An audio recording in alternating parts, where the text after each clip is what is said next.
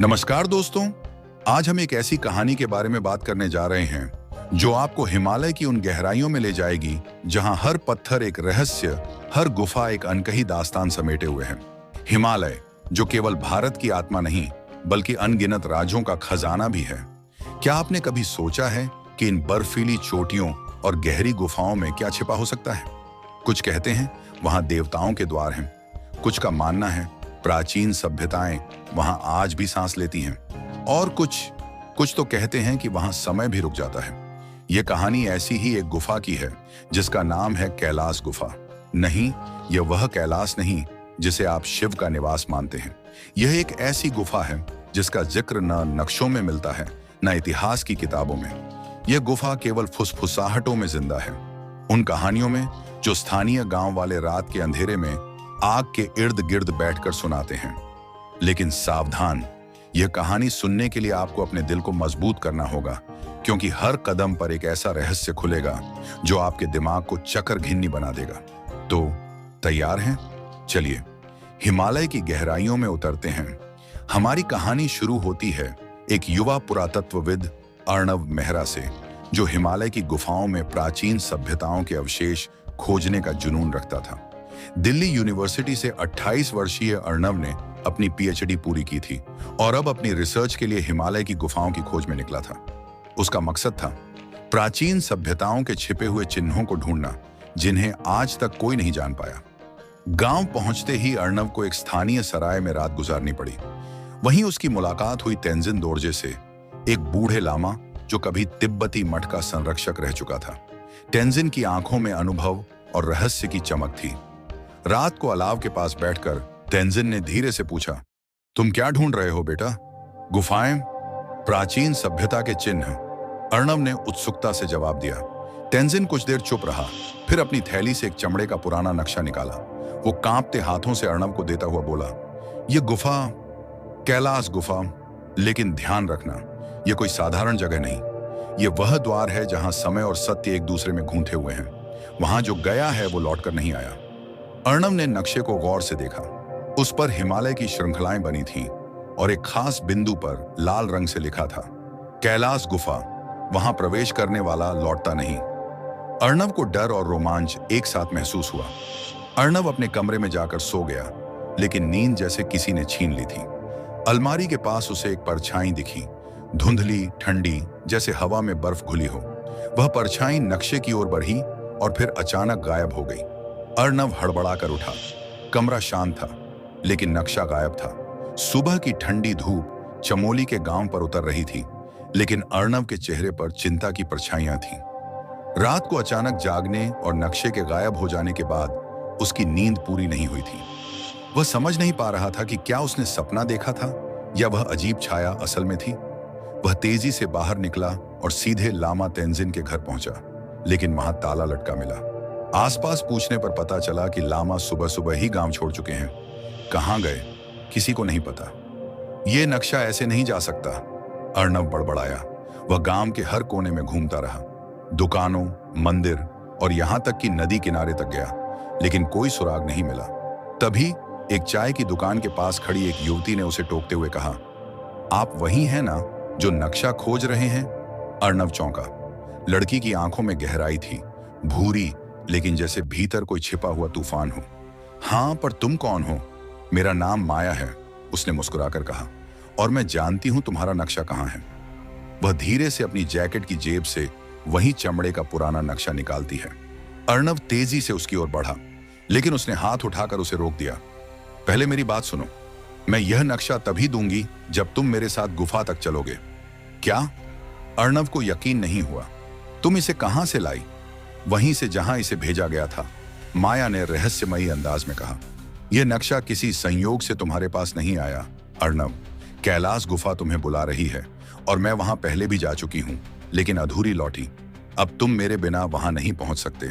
अर्णव को समझ नहीं आ रहा था कि माया पर भरोसा करे या नहीं, लेकिन गुफा तक पहुंचने के लिए उसके पास और कोई रास्ता भी नहीं था। 3 दिन बाद अर्णव, माया और 2 और लोग, रघु एक स्थानीय पर्वतीय गाइड और सान्या एक उत्साही फोटोग्राफर, एक ट्रैकिंग टीम बनाकर कैलाश गुफा की ओर निकलते हैं। यात्रा कठिन थी, बर्फीली चट्टानें, फिसलन भरे रास्ते और पहाड़ी हवाएं जो हर कदम पर चुनौती देती थीं। ये जगह तो मैप में भी नहीं है, सान्या ने बर्फीली ढलान से नीचे देखते हुए कहा। इसलिए ही तो यह रहस्य है, माया बर्फ पर चलते हुए बोली। अर्णव, जो अब तक माया को समझने की कोशिश कर रहा था, उसे धीरे से पूछता है, तुमने कहा था कि तुम पहले भी वहां जा चुकी हो, क्या मतलब? माया चुप रही, कुछ देर बाद बोली, मैं नहीं चाहती थी कि तुम जानो, लेकिन हाँ, मैं वहां गई थी कई साल पहले। लेकिन मैं अकेली थी और वहां कुछ ऐसा हुआ जिसने मुझे बदल दिया। मैं जानती हूं कि वहां सिर्फ इतिहास नहीं, भविष्य भी छिपा है। अर्णव कुछ कहने ही वाला था कि तभी बर्फ पर कुछ धातु जैसी टकराने की आवाज आई। टन टन। पूरी टीम चौंक गई। क्या ये कोई घंटी थी? रघु ने इधर उधर देखते हुए पूछा। नहीं, कोई धातु गिरी है, अर्णव ने कहा, और चारों लोग सावधानी से उस दिशा में बढ़े जहां से आवाज आई थी। बर्फ में एक चीज आधी दबी हुई थी, एक प्राचीन त्रिशूल। उसके किनारों पर सूखे खून के धब्बे थे। त्रिशूल की बनावट वैसी नहीं थी जैसी आजकल होती है, बल्कि यह किसी अज्ञात सभ्यता का प्रतीत होता था। यह क्या है? सान्या ने कैमरा निकालते हुए पूछा। यह उस गुफा की रक्षा का प्रतीक हो सकता है, माया ने गहराई से देखते हुए कहा, या शायद चेतावनी। यहां कुछ है जो हमें देख रहा है, रघु फुसफुसाया। अर्णव ने नक्शा देखा और उसकी आंखों में एक चमक आई।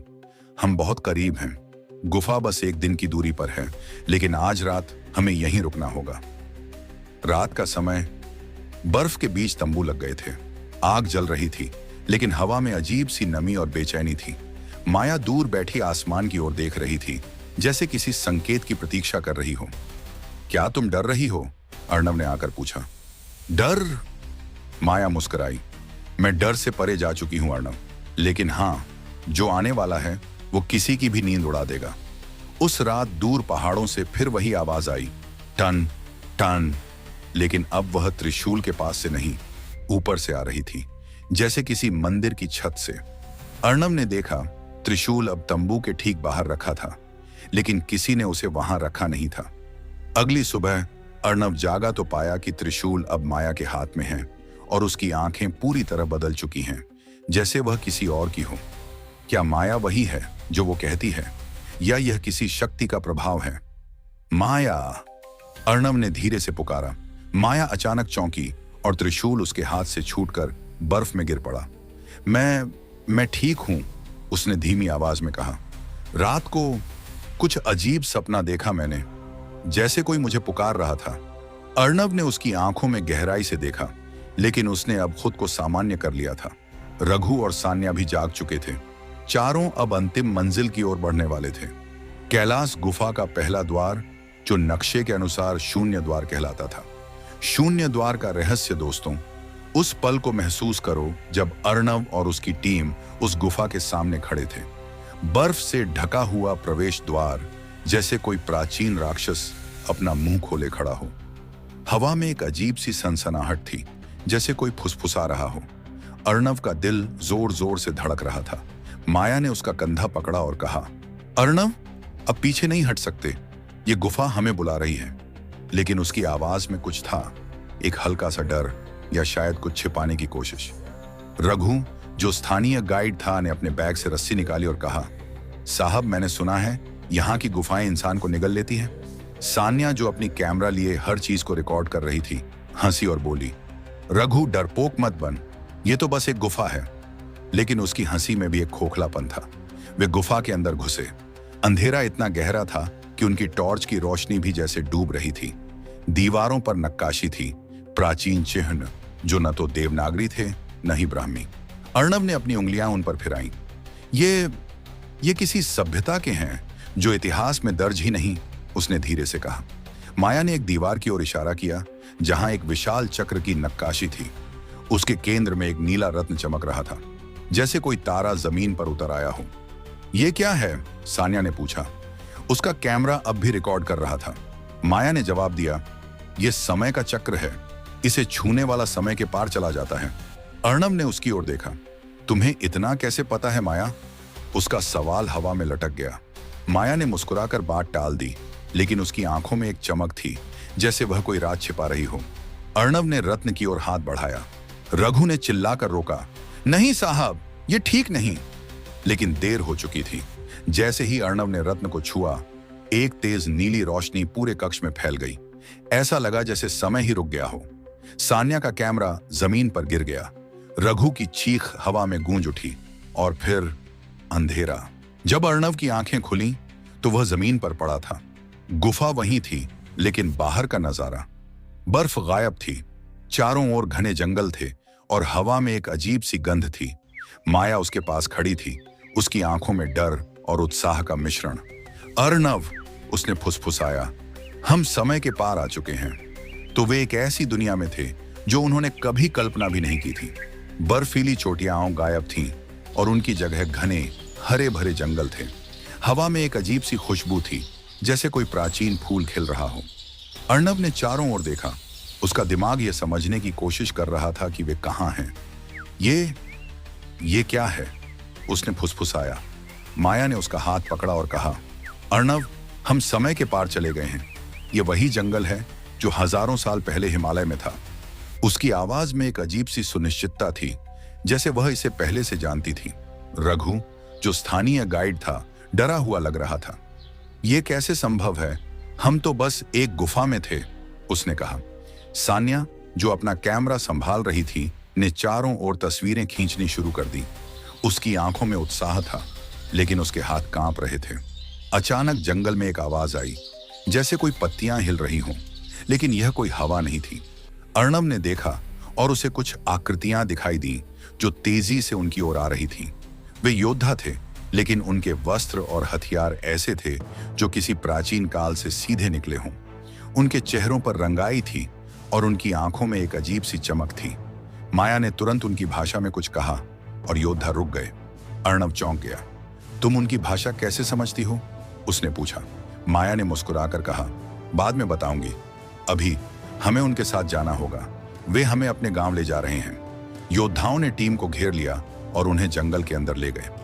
रास्ते में अर्णव ने देखा कि यह जंगल कितना प्राचीन था। पेड़ों पर ऐसे फूल थे जो आज के समय में विलुप्त हो चुके थे। नदी में ऐसी मछलियां तैर रही थीं जिनके बारे में वह किताबों में पढ़ा था। यह सब इतना असली लग रहा था, लेकिन फिर भी यह संभव कैसे था? जब वे गांव पहुंचे तो अर्णव ने देखा कि यह गांव किसी प्राचीन सभ्यता का हिस्सा था, शायद लिच्छवी काल की, जहां घर टीलों पर बने थे और बीच में एक विशाल मंदिर था। मंदिर के अंदर एक विशाल मूर्ति थी जो एक औरत की थी, लेकिन जब अर्णव ने उसे देखा तो उसका दिल धड़कने लगा। वह मूर्ति माया की हूबहू प्रतिकृति थी। माया का चेहरा सफेद पड़ गया। ये कैसे? उसने फुसफुसाया।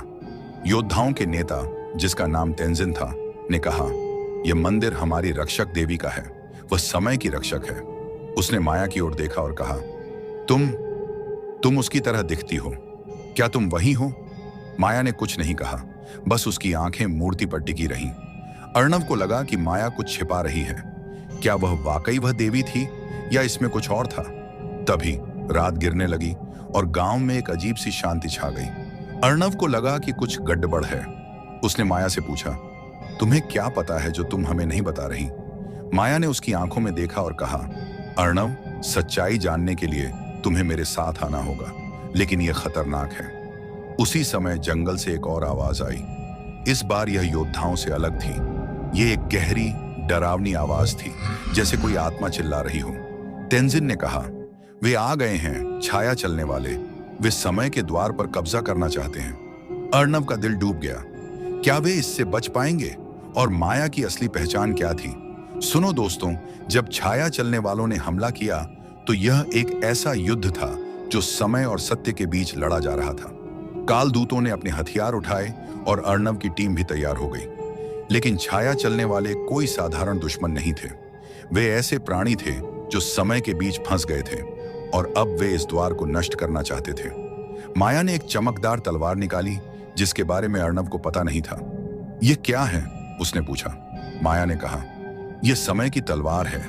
इससे हम छाया चलने वालों को हरा सकते हैं। लड़ाई भयानक थी। छाया चलने वाले अदृश्य थे, लेकिन जब वे तलवार से छुए जाते तो वे दिखाई देते। अर्णव ने देखा कि माया बहुत कुशल योद्धा थी, जैसे वह इसके लिए पैदा हुई हो। जब लड़ाई खत्म हुई तो कई कालदूत घायल थे, और एक छाया चलने वाला बच गया था। तेंजिन ने कहा, हमें तैयार रहना होगा, वे वापस आएंगे। रात को जब सब सो रहे थे, अर्णव ने माया को मंदिर की ओर जाते देखा। उसने उसका पीछा किया। मंदिर में माया मूर्ति के सामने खड़ी थी और वह कुछ फुसफुसा रही थी। अर्णव ने सुना, मैं वापस आ गई हूं मां, मुझे माफ कर दो। अर्णव को लगा कि यह सही समय है पूछने का। माया, तुम कौन हो? उसने कहा। माया ने घूमकर देखा। उसकी आंखों में आंसू थे। अर्णव, मैं वही देवी हूं जिसकी मूर्ति यहां है, लेकिन मैंने गलती की थी। मैंने समय के द्वार को खोल दिया था और इसके परिणाम भयानक थे। उसने बताया, सदियों पहले मैं एक सामान्य औरत थी, लेकिन मुझे समय की शक्ति मिली। जैसे राजा काकुदी को ब्रह्मलोक में समय का अनुभव हुआ था। मैंने इसका दुरुपयोग किया और इसलिए मुझे श्राप दिया गया। मैं समय में फंस गई और अब मैं इस द्वार को बंद करने के लिए वापस आई हूं। अर्णव ने पूछा, तो तुम यहां क्यों हो? क्यों हमारे साथ आई? माया ने कहा, क्योंकि तुम्हारे पास वह शक्ति है जो द्वार को बंद कर सकती है। तुम्हें चुना गया है। तभी एक आवाज आई, तुम देर कर रहे हो। यह वही छाया चलने वाला था जो बच गया था। उसने कहा, मैं तुम्हें नहीं रुकने दूंगा। माया ने तलवार उठाई और उस पर झपट पड़ी, लेकिन छाया चलने वाला गायब हो गया। उसने कहा, वह वापस आएगा और इस बार वह अकेला नहीं होगा। अर्णव को लगा कि अब वह समझ रहा है। माया एक समय यात्री थी और उसका मकसद समय के द्वार को बंद करना था। लेकिन क्या वह इसमें कामयाब हो पाएगी? और क्या टीम वापस अपने समय में लौट पाएगी? अगले दिन तेंजिन ने कहा, हमें यंत्र तक पहुंचना होगा, लेकिन यह खतरनाक है। छाया चलने वाले उसे नष्ट करना चाहते हैं। माया ने कहा, हमें जाना होगा। अगर हम नहीं गए तो समय हमेशा के लिए बिगड़ जाएगा। और इस तरह टीम ने फिर से गुफा की ओर रुख किया, लेकिन इस बार वे जानते थे कि उनका सामना क्या होने वाला है। समय का यंत्र और राजा काकुदमी की कहानी सुनो दोस्तों। जब अर्णव ने यंत्र को सक्रिय किया तो उसकी आंखों के सामने एक ऐसा दृश्य उभरा जिससे उसकी रूह कांप गई। वह एक ऐसी दुनिया में था जहां हिमालय अपनी चमक खो चुका था। बर्फ नहीं थी, पहाड़ों पर घास उग रही थी और आसमान में एक अजीब सी लालिमा थी। लोगों की उम्र बदल रही थी। कुछ लोगों के बाल सफेद हो रहे थे, जबकि दूसरों के चेहरों पर मासूमियत लौट रही थी। यह एक ऐसा दृश्य था जैसे समय खुद अपना मजाक कर रहा था। तेंजिन, जो इस गुफा और उसके रहस्यों का पुरोहित था, ने अर्णव और उसकी टीम को एक पुरानी कहानी सुनाई। उसने कहा, यह वही कहानी है जो पुराने ग्रंथों में लिखी गई है। राजा काकुदमी, जिन्हें रैवत भी कहा जाता है, एक शक्तिशाली राजा थे जिनका राज्य कुशस्थली में था। उनकी बेटी रेवती इतनी खूबसूरत और प्रतिभाशाली थी कि उन्हें उसके लिए एक ऐसा वर ढूंढना मुश्किल लगा। राजा काकुदमी निराश होकर अपनी बेटी को लेकर ब्रह्मा के पास गए। तेंजिन ने आगे कहा, वहां उन्होंने देखा कि ब्रह्मा गंधर्वों, हाहा और हूहू के संगीत में खोए हुए थे। उन्होंने धैर्यपूर्वक इंतजार किया। जब ब्रह्मा ने उन्हें दर्शन दिए तो उन्होंने अपनी परेशानी बताई। ब्रह्मा ने मुस्कुराते हुए कहा, राजन, तुम्हारी बेटी बहुत सुंदर और प्रतिभाशाली है, लेकिन समय बहुत तेजी से बीत चुका है। जब तुम यहां आए तब से पृथ्वी पर 108 युग बीत चुके हैं। सभी लोग जिन्हें तुम जानते थे वे सभी मर चुके हैं। राजा काकुदमी चौंक गए।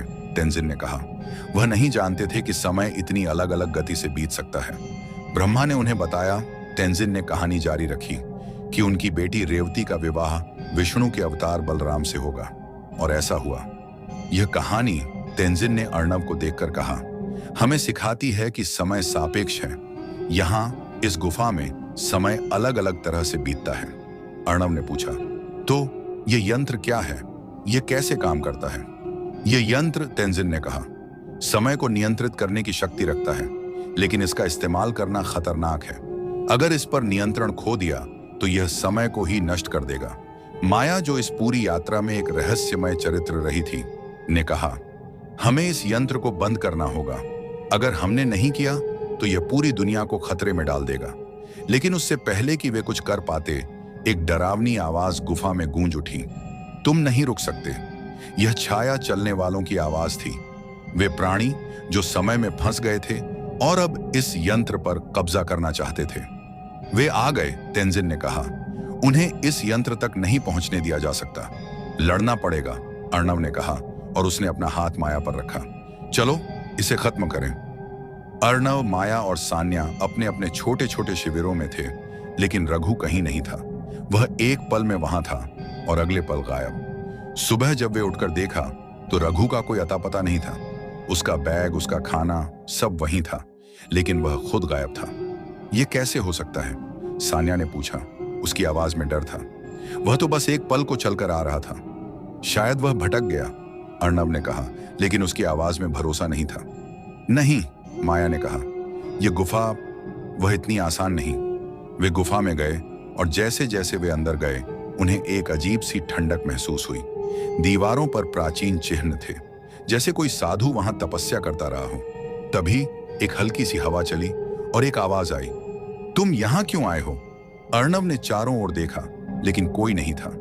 कौन है? उसने पूछा। मैं इस गुफा का रक्षक हूं, आवाज ने कहा। मैं वासिष्ठ, एक प्राचीन साधु की आत्मा हूं जो यहां तपस्या करता था। तुम्हें यहां नहीं रहना चाहिए, लेकिन हमें रघु को ढूंढना है, अर्णव ने कहा। वह हमारा साथी है और वह गायब हो गया। रघु? रक्षक आत्मा ने पूछा। वह यहां है, लेकिन तुम उसे नहीं ढूंढ सकते। वह समय के जाल में फंस गया है। समय के जाल में? सान्या ने पूछा। उसकी आवाज कांप रही थी। हाँ, रक्षक आत्मा ने कहा। यह गुफा समय का द्वार है। जो यहां आता है वह समय में फंस सकता है। तुम्हें जल्दी से यंत्र को बंद करना होगा, वरना तुम भी फंस जाओगे। लेकिन रघु? अर्णव ने कहा। हम उसे छोड़ नहीं सकते। अगर तुम उसे बचाना चाहते हो, रक्षक आत्मा ने कहा, तो तुम्हें खतरे का सामना करना होगा। छाया चलने वाले आ रहे हैं और वे तुम्हें रोकना चाहते हैं। तभी एक और आवाज आई। तुम्हें चेतावनी दी थी। यह छाया चलने वालों की आवाज थी। क्या वे रघु को ढूंढ पाएंगे?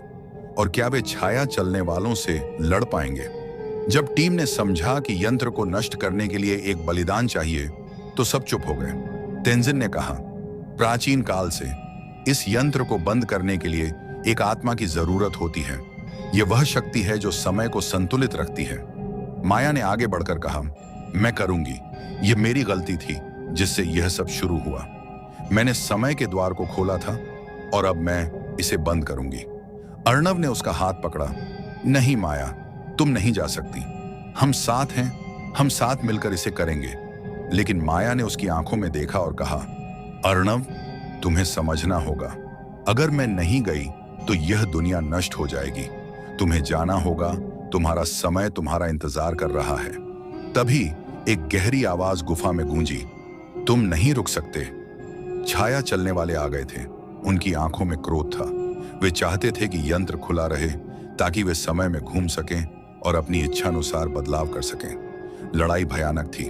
कालदूतों ने अपने हथियार उठाए और टीम भी तैयार थी।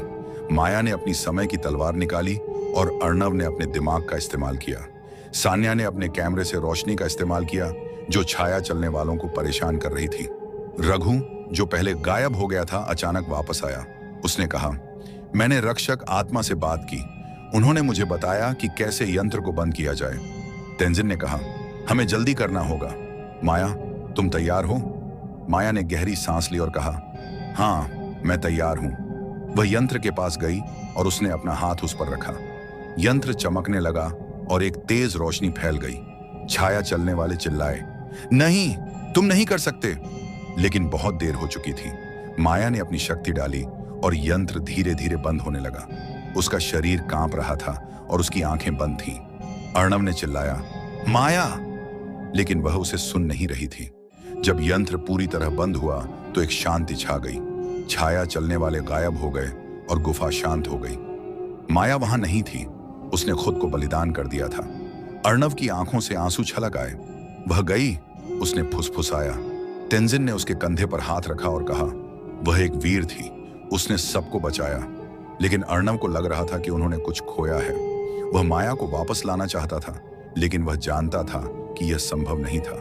वह सोच रहा था, क्या हम वापस जा पाएंगे? क्या हमारा समय हमें वापस ले जाएगा? एक नई शुरुआत और अलविदा।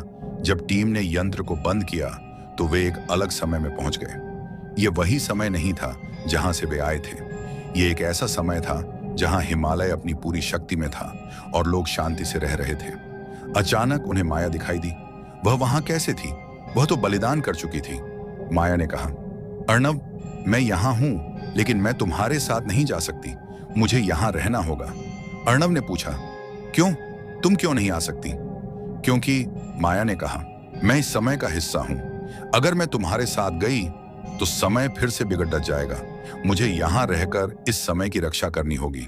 सान्या ने कहा, लेकिन तुम्हें हमारे साथ आना चाहिए, तुम्हारी जगह हमारे समय में है। माया ने मुस्कुराकर कहा, नहीं सान्या, मेरी जगह यहां है। मैंने अपना फर्ज निभाया है, अब तुम्हें अपना रास्ता ढूंढना होगा। अर्णव को लग रहा था कि वह उसे खो रहा है। उसने कहा, माया, मैं तुम्हें यहां अकेले नहीं छोड़ सकता, तुम्हें छोड़ना होगा। माया ने कहा, यही सही है। तभी एक आवाज आई, तुम्हें जाना होगा। यह रक्षक आत्मा थी जो उन्हें दिशा दिखा रही थी। रघु ने कहा, चलो, हमें वापस जाना होगा। अर्णव ने माया को देखा, उसकी आंखों में दर्द था। अलविदा माया। अलविदा अर्णव, माया ने कहा। याद रखना, समय एक चक्र है और हम फिर मिलेंगे। और इस तरह टीम ने अपना रास्ता शुरू किया। लेकिन अर्णव का दिल भारी था। वह जानता था कि वह माया को कभी नहीं भूल पाएगा। कहानी का अंत और एक सवाल सुनो दोस्तों। जब टीम वापस अपने समय में लौटी तो सब कुछ सामान्य लग रहा था। हिमालय वैसा ही था जैसा वे छोड़कर गए थे, लेकिन उनके दिलों में बदलाव आ चुका था। अर्णव ने सोचा, शायद समय यात्रा संभव है, लेकिन इसकी कीमत बहुत ज्यादा है। वह माया को याद कर रहा था, उसकी बलिदान, उसकी हंसी, उसकी बातें। वह जानता था कि उसने कुछ अनमोल खोया है। तेंजिन ने कहा, तुमने एक महान काम किया है, तुमने समय को बचाया। लेकिन अर्णव को लग रहा था कि वह खाली है। उसने कहा, लेकिन हमने माया को खो दिया। वह एक वीर थी, तेंजिन ने कहा। उसकी आत्मा हमेशा हमारे साथ रहेगी। सान्या ने अपना कैमरा दिखाया जिसमें माया की तस्वीरें थीं। हम उसे कभी नहीं भूलेंगे। रघु ने कहा, चलो घर चलते हैं। जब वे गांव लौटे तो सब कुछ वैसा ही था, लेकिन उनके लिए कुछ बदल गया था। वे जानते थे कि उनकी जिंदगी कभी वैसी नहीं रहेगी जैसी पहले थी। अर्णव ने आसमान की ओर देखा और उसे लगा कि माया उस पर नजर रख रही है। वह मुस्कुराया और उसने सोचा, शुक्रिया माया, तुमने हमें बचाया। और इस तरह कहानी खत्म हुई, लेकिन रहस्य बना रहा। क्या वे फिर से मिलेंगे? क्या समय उन्हें फिर से मिलाएगा? ये एक ऐसा सवाल था जिसका जवाब किसी के पास नहीं था। दोस्तों, ये कहानी आपको कैसी लगी? क्या आप भी अर्णव और उसकी टीम के साथ समय यात्रा पर जाना चाहेंगे? हमें कमेंट्स में जरूर बताइएगा। अगर आपको यह कहानी पसंद आई तो हमारे चैनल अभयम स्टोरीज 132 को लाइक करें, शेयर करें और सब्सक्राइब करना न भूलें, ताकि आप ऐसी ही और रहस्यमयी कहानियां सुनते रहें। आपका धन्यवाद।